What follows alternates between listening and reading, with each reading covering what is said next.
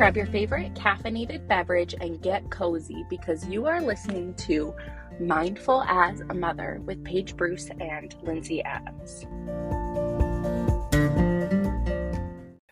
Do you remember those toys from when we were kids where you would fit the different shaped pegs into the different shaped holes? Yeah. That's a lot like parenting, except when you have a neurodivergent child, using traditional parenting techniques is like trying to put the round peg in the star hole. That's exactly how I felt when I discovered that Sam was neurodivergent. I knew that traditional parenting techniques and even the approaches that I was taught in grad school, they didn't feel right in my soul to like supporting who he was as a human.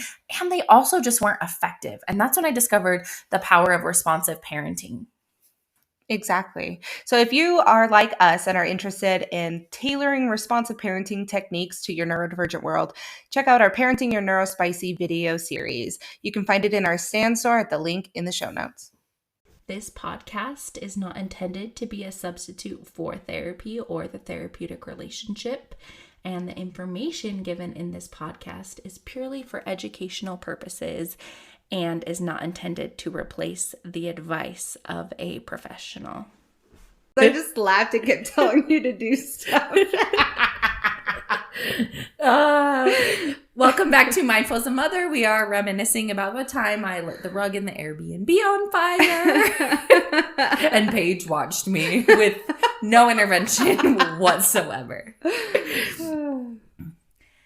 My name's Lindsay. I'm here with Paige. And we are in the Airbnb. They let us come back. We apologize profusely. I offered to buy a new rug. Yeah, and they didn't even make us buy a new rug. Yeah, they're like, it's not that bad.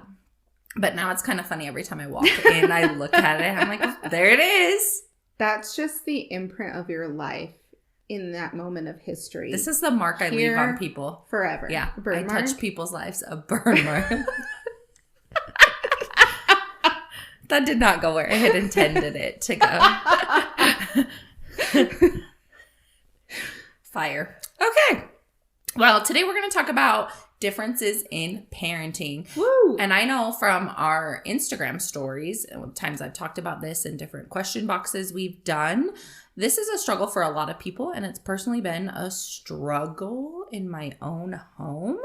And so I think it's really important to talk about it, and I'm going to be pretty vulnerable and share like what's gone on in my own marriage and in my own home. And I think it's important to hear stories like this so that you can feel seen and heard and relate, because I know from talking to parents in therapy how common this is.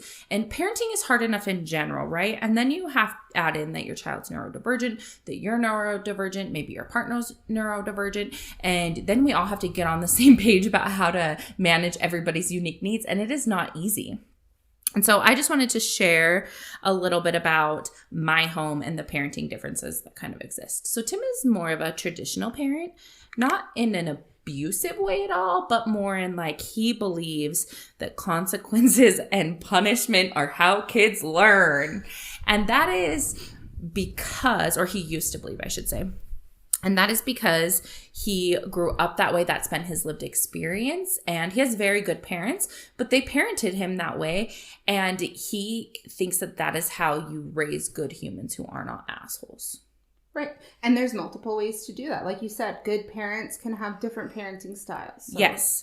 And so, and I'm not knocking the traditional parenting method. It just doesn't really jive with me. Authoritative? Yeah, and more like you need to have consequences to learn, and you know, how will you learn if you don't learn to listen? Like, how are you going to have a job and like be in society and all of that? Okay, yeah.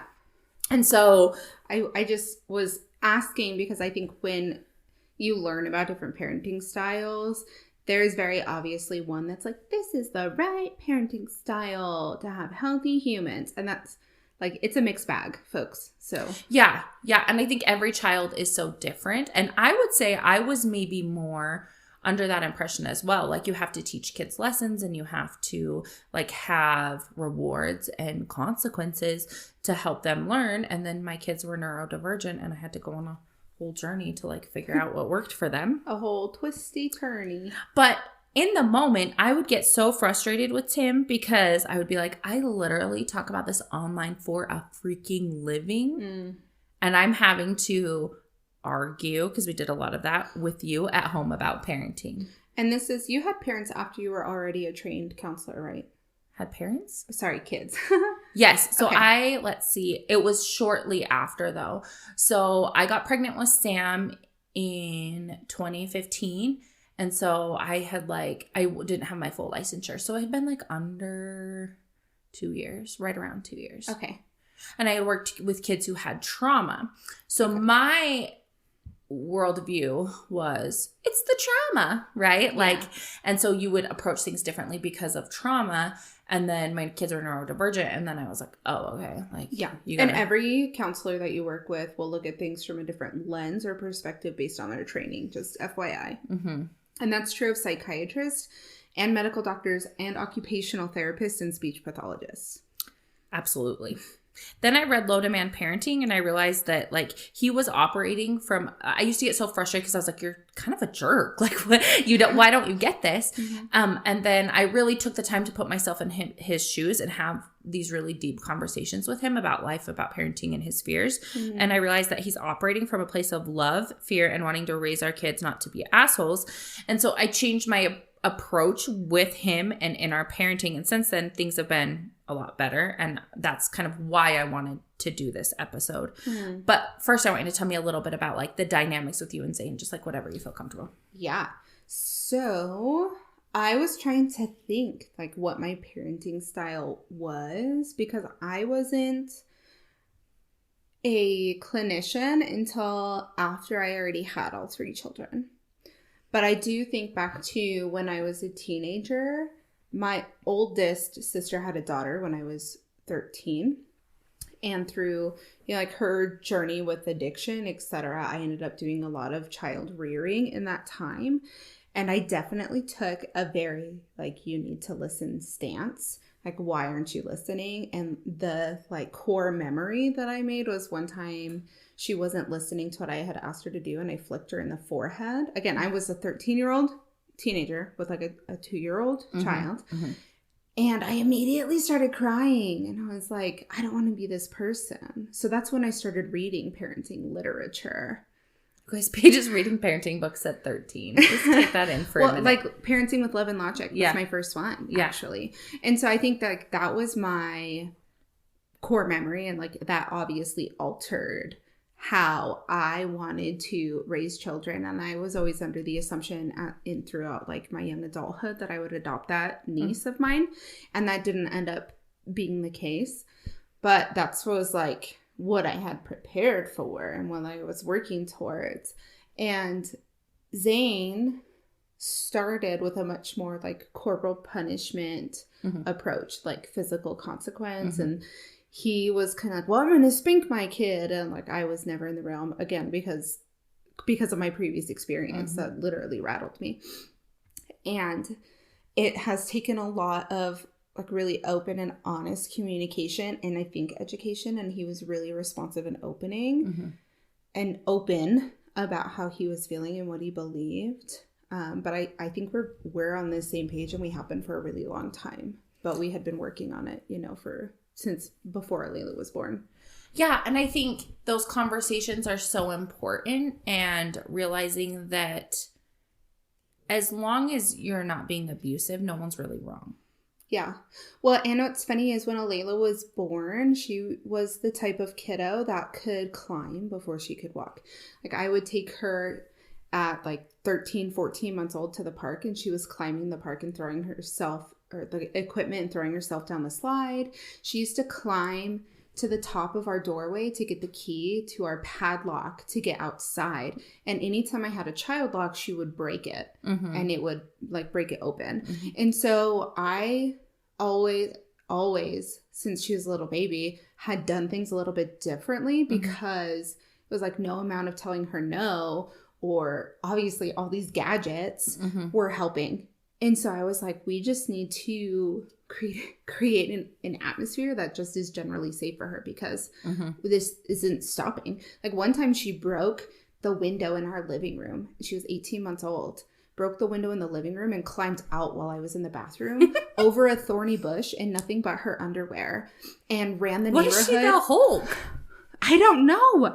But she ran the neighborhood barefoot in her underwear, and the neighbors called the cops, rightfully so. There's like, this child is playing in my front yard, like naked in the middle of summer in Arizona. And I came out of the bathroom and she was gone, and I panicked. And I like went and found her a block over and brought her home before the police came.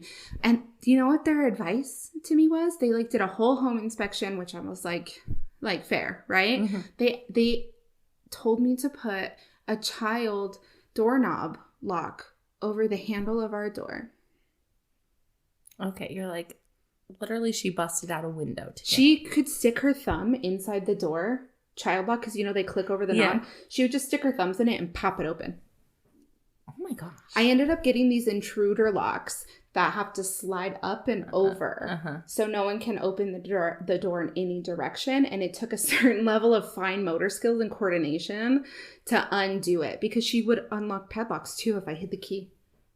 That is crazy. Yeah. So I've like... I love this. She's always been So you've wild. always been like had to think outside the box in terms of parenting. And so your parenting experience, and probably was Zane too, like you've been thinking outside the box from the beginning. Yes. And at the park, I would get so many looks from other parents because she would be doing like the monkey bars unassisted at like 18 months old. Like they would be so panicked and scared. And I'm just like chilling with my coffee, like watching her. Like, she's fine. It's good. Yeah. And then they were like looking at me because I was a young mom. She was born when I was 20. I just turned 22. Oh, yeah. So they were like, oh my God. And I was like... In Utah, that's not weird if you have kids at 22. That's fair. So in general, today we're going to talk about two different parenting styles or categories. There's more like the traditional style, old school parenting, and then there's a more responsive, connected, gentle parenting, low demand, other approaches, right? There's so many terms for it that it's hard to like put it into one category. And a lot of people ask, like, what's the best parenting style for a neurodivergent child? And there isn't a good answer for this because there are pros and cons to every style, I think. And there are times in which my neurodivergent children, Sam especially, needs more like structure, and I don't want to say strictness, but he needs that like boundary.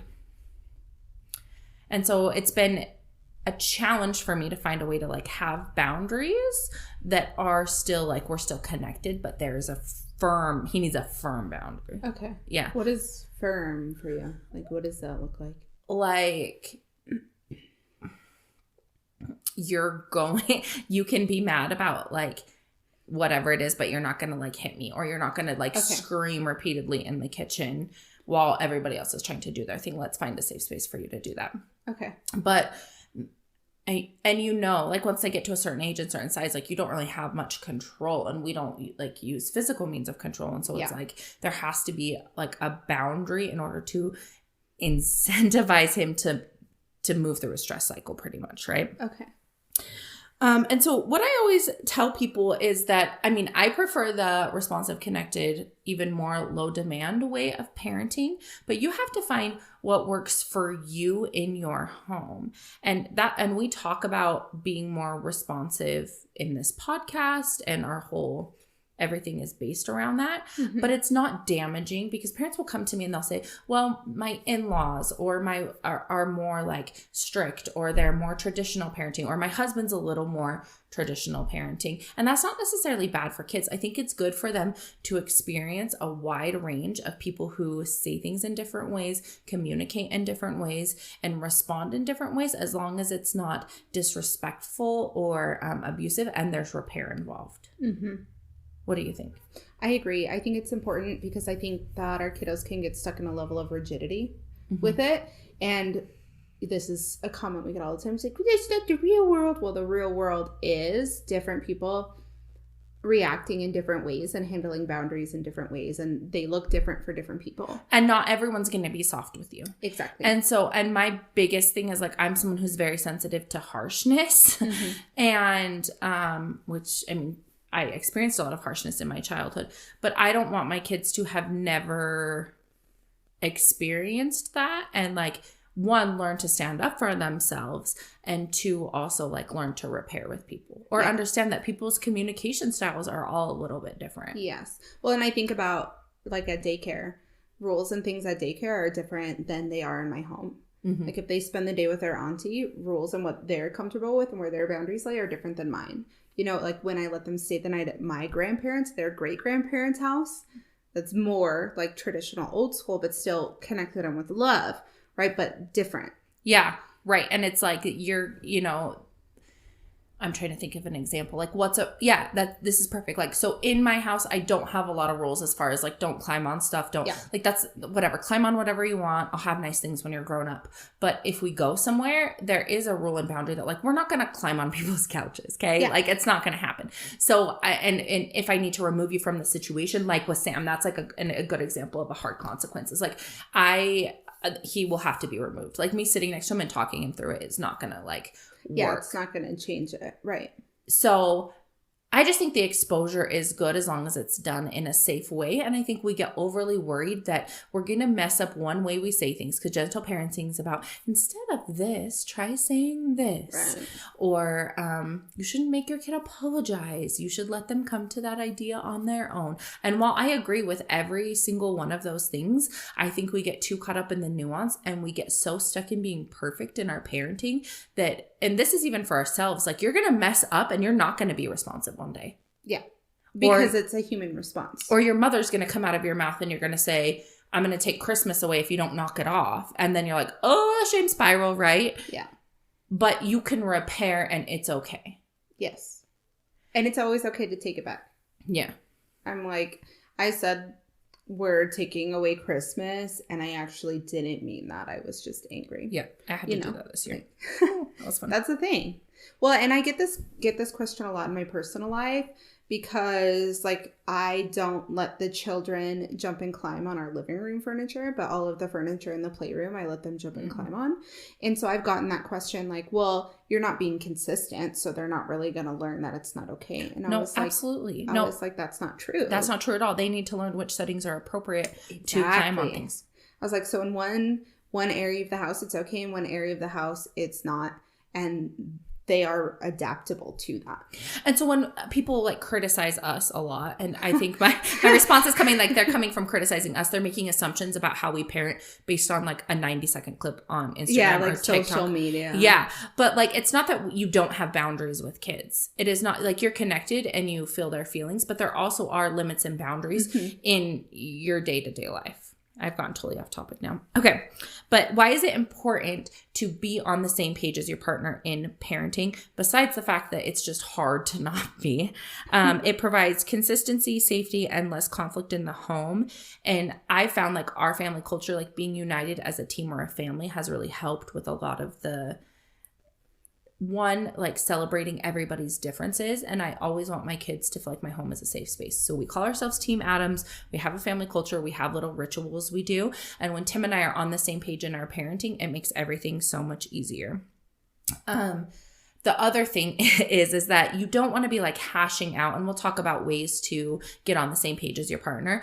But if you're not on the same page, it makes something little turn into something really big. Yeah. So for example, if Tim is parenting Sam and I don't agree with it and we haven't had a conversation about it, or he's getting frustrated and parenting in a way that I don't like, so I'm getting frustrated, then I'm coming at him and he's coming at me, or coming at Sam, or Sam's coming at him, or like whatever. It just creates more conflict, and it's not actually like, it becomes less about what Sam was doing in that moment. Yeah. And the fact that like we're now arguing with each other. Yeah. Well, and I think too, this doesn't need to look like full on yelling at each other. Oh yeah. No. You know, and when I originally came across this concept years ago, that was my thought. It's like, oh, well, we don't do that. But I have noticed ways when I like hop in the parenting. That's what I do. Undermine unintentionally, right? And it's not like we're fighting, but I'm like, yes. And I like to often think like we're not on the same page, but we're in the same book. Yes, that's the perfect way to describe it. Because it's not like we're like yelling at each other, but it's sometimes we're having a conversation and Tim's saying like, I need your support with this. I think that it should be this way. And I completely disagree. And because there were times where we hadn't gotten to the same page yet. It was like, then we're having that conversation. And then we have to be like, oh, this is not the time for this conversation. Yeah. Right. It's like you have to let the parenting occur and then it's a conversation later. Like, I give my kids a lot of grace. If this hasn't been a specific thing that I've taught, then this is a teaching opportunity. We're not having a consequence right away, right? I'm using that, whatever happened, as the teaching opportunity. And then if it happens again, that's when the consequence goes. I often think about that in parenting. So it's like, if my spouse is parenting and it's not something that we have specifically decided on, I'm like, okay, well, this is a learning opportunity then on both ends of like, where do we really want to be with this? And then, you know, hopefully the next time it's different. Well, and I'm sure everyone listening has noticed in parenting, there's different phases. So there will be different things that your child's struggling with at a different time. So sometimes that thing comes up and we haven't had a chance to communicate on how we want to handle it. And so I think it's totally okay. We get so like, we get activated and we think we need to handle the stressor instead of the stress, like in the moment. And it's okay to say, you know, your dad and I need to talk about this, and then we'll come talk to you. Yeah. I think the greatest gift is a pause. Or like flip side of a pause as a parent would be like delayed consequences for a child. Yes. Because it gives everybody time to calm down. Remember that it's not always bad to have different perspectives and styles as long as they're not abusive. So I know someone's going to comment. That's why I keep saying this. I know someone's going to comment and be like, that's abusive, or like blah, blah, blah. Yeah, always. And so, yeah, we're not condoning abuse. Or we're neglectful. Yes. It's like polar opposites and can be the same video. Yes. And if you do parent differently, don't panic. Even if one parent is parenting from a responsive perspective a majority of the time, then your child is getting the benefits from that. Yeah. You know, one of the rephrases I really like that I had been working on finding, because, you know, when we have those normal human responses and the big emotions and we're like, we yell. Like, we lose our cool, we yell, totally normal response. And then you're like, I'm sorry, I won't do that again. But then you feel like you're being abusive because then you do it again and you're just gaslighting, like, right, like that shame spiral. I've been trying to brainstorm for a while a phrase for myself and the people around me that might feel more authentic in a responsive parenting approach. And I think it's something along the lines of like, I'm sorry that I responded that way, and I'm doing my best to learn how not to do that. Right? Like, not that it won't ever happen again. Right. Or like, it'll happen again, but I'm doing my best. It's probably going to happen tomorrow or in 5 minutes. Yeah. I love you and I'm working on it. Yeah, exactly. Yeah. I think that's so powerful, especially in the repair with our kids. The other thing to be aware of if you parent differently is that the mama bear, this is what I call it.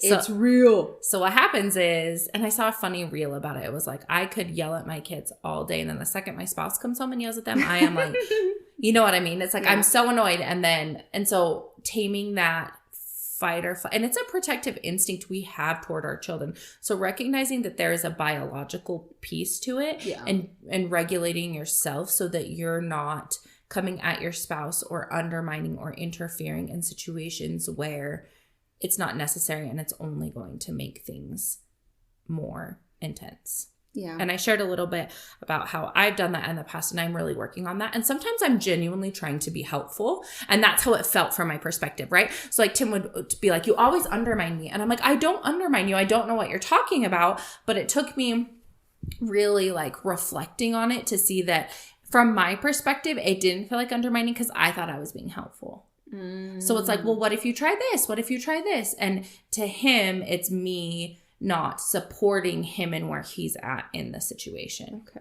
Wow. How did you learn that perspective? Like, how did you gain that from him? I don't know if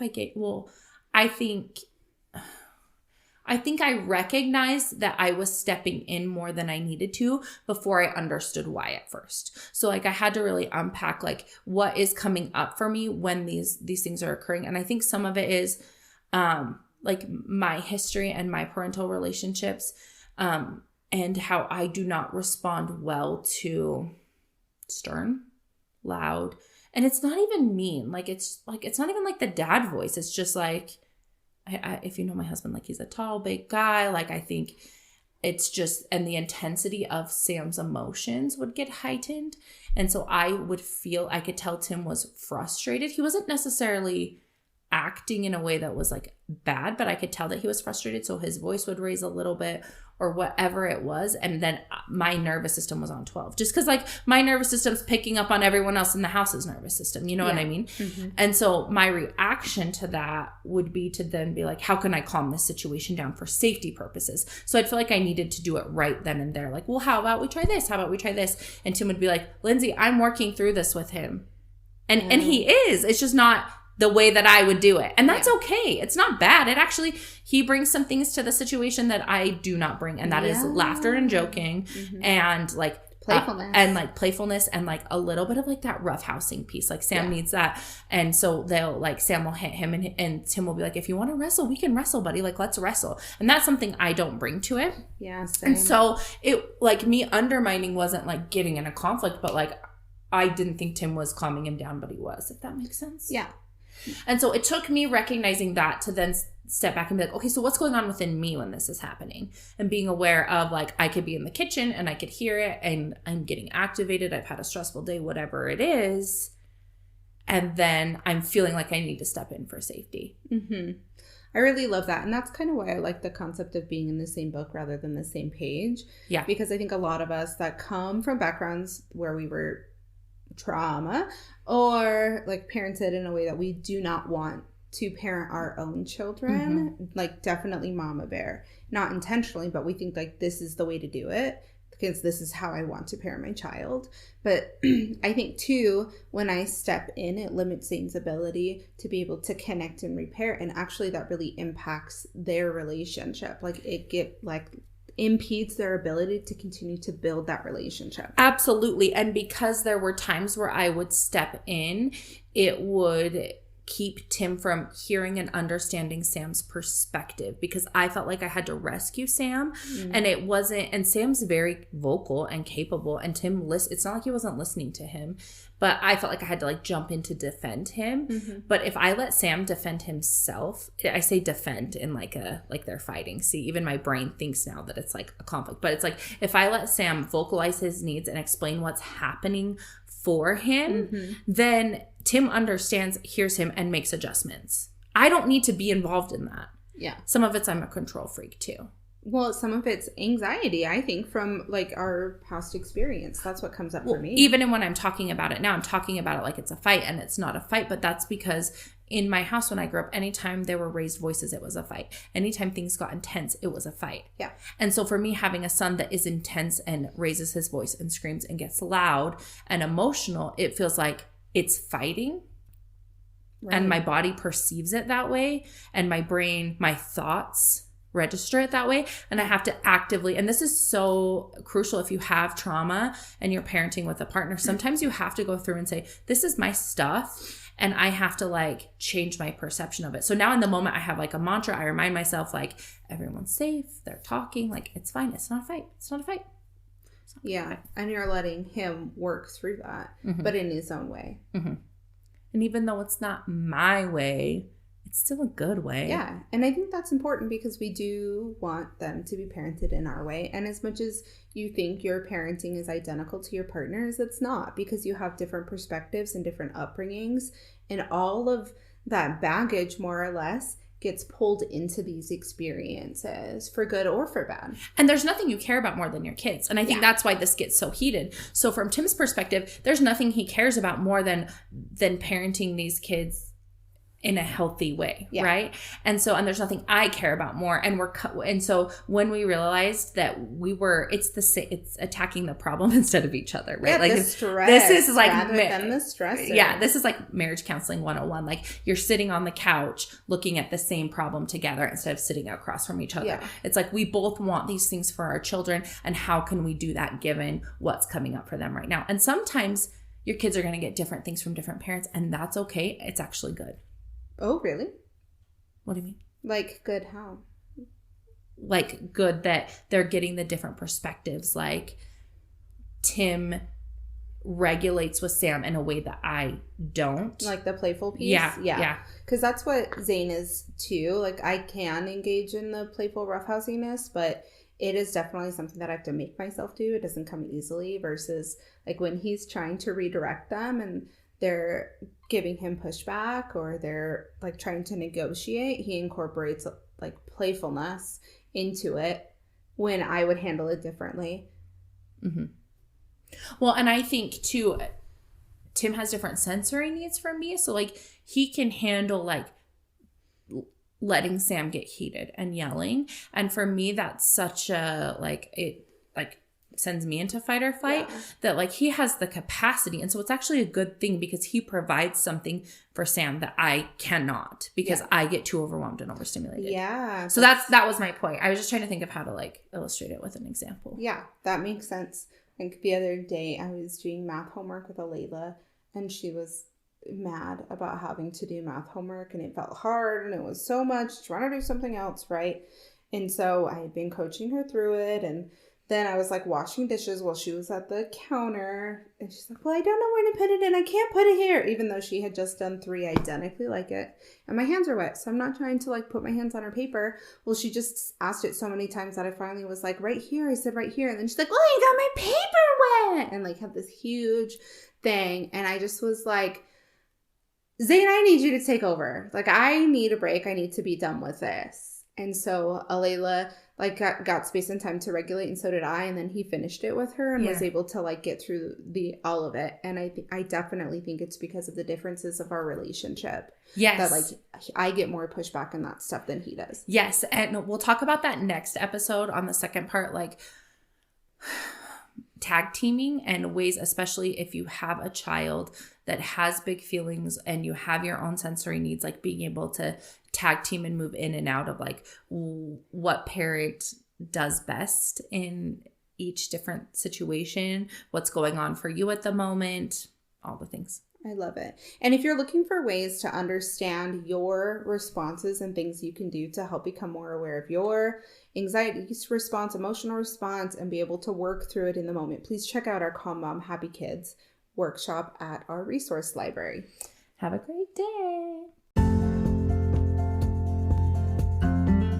Thanks for coming to Mindful as a Mother podcast. If you'd like more of us and Mindful as a Mother, you can find Paige at Instagram at Parenting with Paige, and Lindsay at Linz_Adams LCSW. Find us on TikTok, Instagram, and in our Facebook group, Creating Community and Smashing Parental Stigma, Embracing Mindful Motherhood and Positive Parenting. Thanks so much, and see you next time.